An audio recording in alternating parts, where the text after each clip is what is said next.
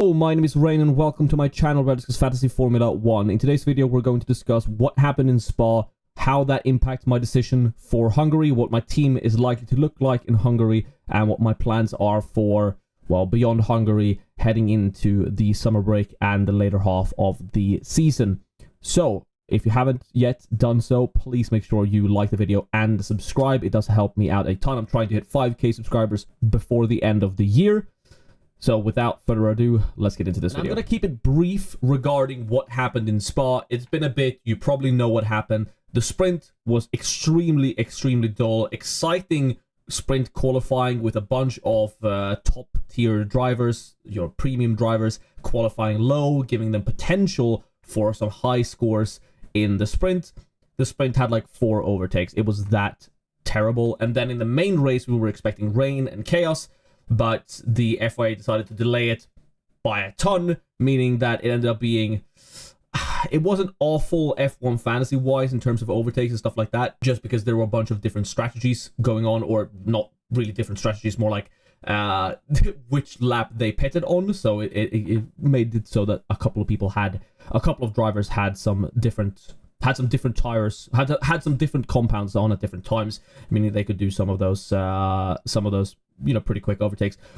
But ultimately, it was a decent weekend. It was a weekend where a lot of people played no negative. No negative ended up being not that effective. But again, I did say this in my deadline stream that if the no negative saves you literally 0 points, you haven't actually lost anything. You've just, you only really lost the chip. It's worse if the 3x or the Limitless would have failed. Now, the Limitless absolutely cooked in this week, and I did say that as well, that the Limitless had a high potential, but I personally would have not wanted to take the risk with the rain being active. Granted, it barely ended up raining anyway, so it was a really good weekend if you Limitless. Congrats to you if you did so. But ultimately, in a weekend where a lot of people used either no negative or Limitless chip, some people used the 3x, some people used autopilot even, I'm quite happy to come away from this with just a slight arrow down. And in reality, it's probably just the difference between me having Ocon or Behrman. I had the decision. I wanted to get Stroll in during the deadline stream, and my decision was between selling Ocon or selling Behrman. And because Ocon qualified 5th in the sprint qualifying, I decided to keep Ocon and sell Behrman. That ended up being a mistake, but not really in terms of the sprint, right? Ocon started 5th, finished 5th. That's what I expected from him. I expected someone like a George Russell to climb more in the sprint and maybe overtake Ole Behrman. And if Ole Behrman had lost a position, got him 1 point in the sprint instead of 2, that would have been a net 0, right? And then Behrman ended up being just ahead of Ocon in the race, meaning he got the better strategy. So Ocon tumbled and got a pretty big negative score in the actual main race. So I'm not too upset about the decision making in that part. I think it was correct considering where Ocon actually ended up in the sprint race, and the sprint qualifying was what I based the decision on. So lost 0.4 million to those of you with Behrman. I think the most common team this week was probably exactly what I have, but Behrman instead of Ocon. So slight punish, but ended up being only by a couple of points, 0.4 million. It's not the end of the world. And ultimately, it's an arrow down by about 100 positions. So again, in a weekend where there were chips flying left, right, and center, I'm definitely content with staying around the rank that I am. Before we talk about what my actual plans are for Hungary on my main team, the team we're following on this channel, I just want to talk about Limitless in Hungary, right? For the longest time, I've said that Limitless in Hungary is probably the last good time to use the Limitless. Is that true? Not necessarily. I mean, I would say it's the last optimal place to use it. If you use it later in the season, that's also fine. I know some of you have been saving all your chips to have a good chance at winning the Second Chance League. Now, if you don't know what the Second Chance League is, it's basically after the summer break. They start a new global league where you can also win some prizes. So if you win that one, so to win that one, you probably need to use all your chips at the end of the season. That's definitely a strategy you can go for if your plan is to actually win one of those official leagues, and I'm going to talk about that in a bit as well. But this is my second team where I've not used any chips up until now, and I'm going to use the Limitless here on this. So I've just cooked up a team for now. It's what you would expect. Granted, in Spa, Leclerc was swapped out for George Russell. I don't think that ended up being correct, actually. No, Leclerc ended up getting 30 points with that podium of his, and since George Russell didn't get any overtakes that we wanted in the sprint, going for this team would have been the optimal Limitless play. But Limitless, looks good in Hungary. Despite the rain, I will say the rain is a bit worrisome. This is the weather forecast for Sunday. It's looking like there's going to be a lot of rain during the morning and night, and then it's going to peter off slightly. And right now, we don't have an hour-by-hour forecast yet. I've seen some sites say that it's going to be rain. Some sites say that the rain is going to stop. But it's at least looking like Sunday is going to be wet during the morning, so maybe around the start time, it might still be damp. We don't know. But I do think even with that, we've seen that the FYA doesn't really like to send them out in the full wet anymore, so you might as well use it here. The reason why Limitless is good in Hungary are twofold. Multiple fold, whatever. The reason why Limitless is good in Hungary is because I personally think that Limitless is better used in a single race weekend, because the cheaper assets that you would normally have when you're not on a Limitless gain less points compared to the big assets in a regular weekend versus a sprint weekend. And that's definitely true for a low overtaken track like Hungary. I used my Limitless this year in Monaco to great effect. The Limitless in Japan, I think, is the best so far this season. If we're looking at Delta, it's a bit difficult with the Delta sometimes, because in weekends like Miami, where a lot of people use Limitless, a lot of people also use no negative to great effect. So calculating Delta there is pretty difficult. But I think I used in Saudi Arabia on one of my other teams. That was also a really good one. So Limitless so far this season hasn't really been punished in any particular weekend. It was good in Spa as well last week, because, well, all the premium assets performed pretty well, and especially like Lewis Hamilton, which not a lot of people had, got a lot of overtakes since they started from the back in both the sprint and the main race. So Limitless, I still think is going to be good in Hungary. The one way you would get punished on Limitless is if one of these assets that you own that no one else owns, such as a Leclerc, Verstappen, or Hamilton, I think are the main ones, were to DNF or Norris. In terms of the 2x, I would put it on either of the McLaren boys. I think Oscar looks pretty good right now, but I mean, Lando Norris could also pop up with a win at any point. So I think it's really, if you want to be differential, you put it on Norris, because less people have Norris. If you want to play it safer, you put it on Piastri. That's how I would judge that. But I'm going to use the Limitless on my second team. And the reason actually why I'm using the Limitless on my second team, even if it's going to be a monsoon rain in Hungary, is because of these special leagues. And now I haven't talked about them too much so far this year, but these are definitely one way you could play the game. And I've definitely made a mistake in not being more active on my third team on this account to try and target these sorts of leagues, because this McLaren mini league is only active for 3 races, and whoever gets the most points actually gets some good prizes, right? So these sort of mini leagues that they post throughout the season is definitely one way to play F1 Fantasy. And I think, especially since you can just join with one team, I would, in the future, and I think I'm going to talk about this more for next season, if that's something you guys actually want to know, how to target and optimize targeting these sorts of leagues. So the next time one of these leagues pop up, I'm definitely going to make a video about it. And for next season, I'm going to be more aware when they do drop, because I've ended up focusing my second team on this. And as you can see right now, out of 100k plus teams, my second team is 443rd in the league. Granted, there are some people here with some big scores, but they've all used their limitless, right? No one can reach these types of point scores without Limitless, and I still have my Limitless. So if the Limitless is really good in Hungary, and let's say a couple of the common assets that everyone owned, the Bearmans, Ocon, Alonso, Hulkenberg, if any of them are to DNF, I think I actually have a realistic shot at winning this.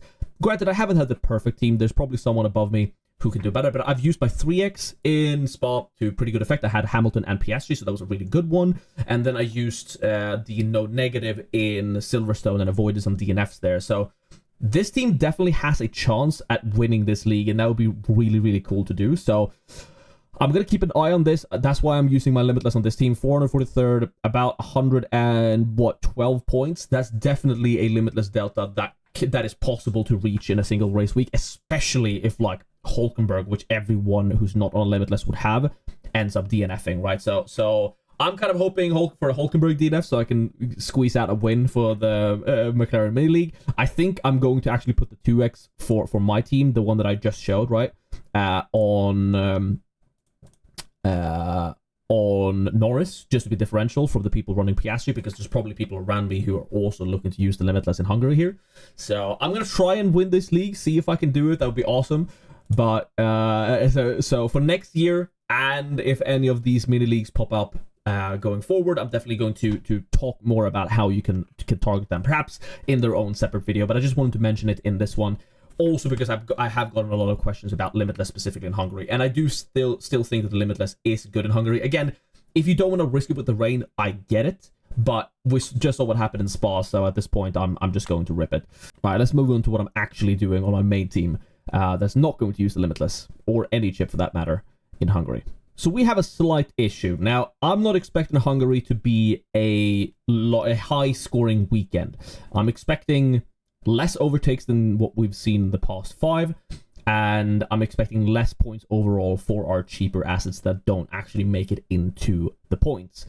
Now, what's the problem with that, apart from us getting less points than usual?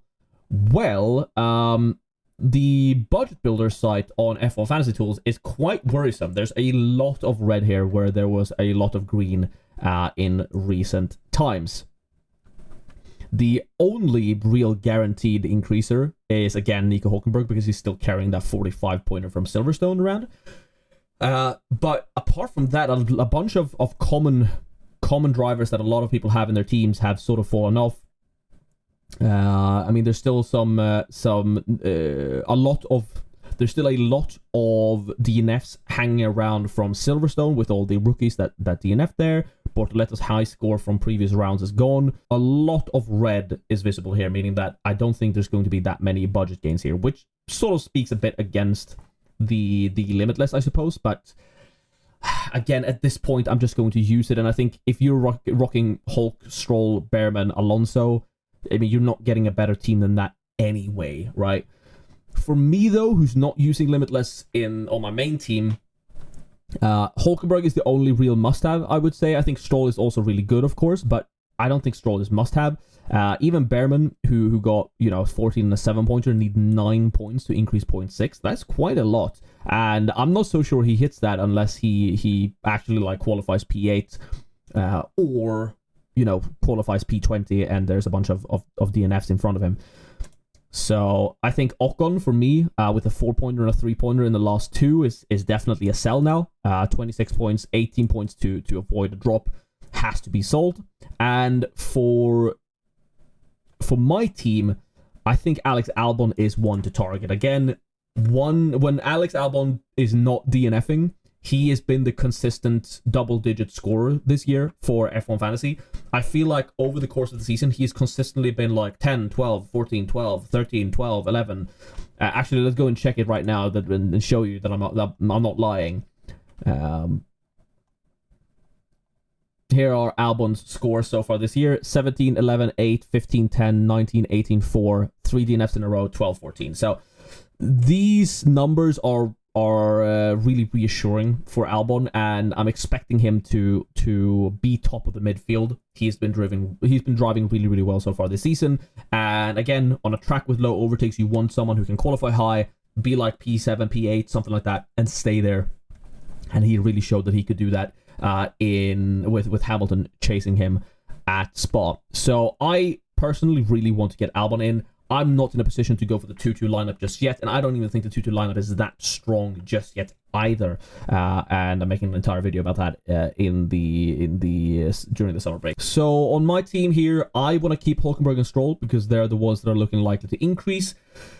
That means Ocon has to go, but I can't just straight go Ocon up to Alex Albon. I don't have the budget for that, so I have to sell Fernando Alonso. Now, Fernando Alonso, I think, is fine to sell. Looking at the budget builder, he needs 8 or 14 points to increase. Could he hit that? Yes, of course he could. But in Hungary, it's going to be difficult, right? And maybe he won't decrease the maximum, but I still think he's a fine sell, especially because I think Albon is a much better option this week. So with Alex Albon into my team, that leaves 6.1 million in the bank. So sorting by value, that gives me everything from Pierre Gasly down. Not being able to afford Carlos Sainz is a little bit unfortunate right now, but I do think I'm going to be able to afford him if I play my cards correctly for the next race alongside these four, and I think that team could be really, really strong. Reminder that the Sainz right now has a -1 pointer from Silverstone, 6 pointer here. It needs 13 or 19, so he's sort of middle of the road for an increase. But if he has a decent Hungarian, and you know, even not like, he doesn't need to score a 12 or a 14 pointer, even just like a 7 pointer, I think he's in a good place. And it's possible that he decreased another 0.6 million in this race, putting him at 5.9 million, which, I mean, that would be fantastic to be able to afford him for that cheap. So can't afford Sainz just yet, don't need him for this race. And because everyone else is looking likely to decrease, right, in this price bracket, I'm probably not even going to risk it with Bortoleto at 4.7, because again, he's dropping in price, and I really would like to fit a Carlos Sainz into this team. I think at that point, you know, obviously I can sell Stroll if Stroll doesn't look good anymore, but being able to afford Sainz if I want to after the summer break would be a nice option. So I don't think I'm going for Bortoleto, meaning I'm going for one of the 4.5s, right? And between Colapinto and Lawson at least can get a result, it feels like. That car works sometimes, and he once again was in the point this race in Spa.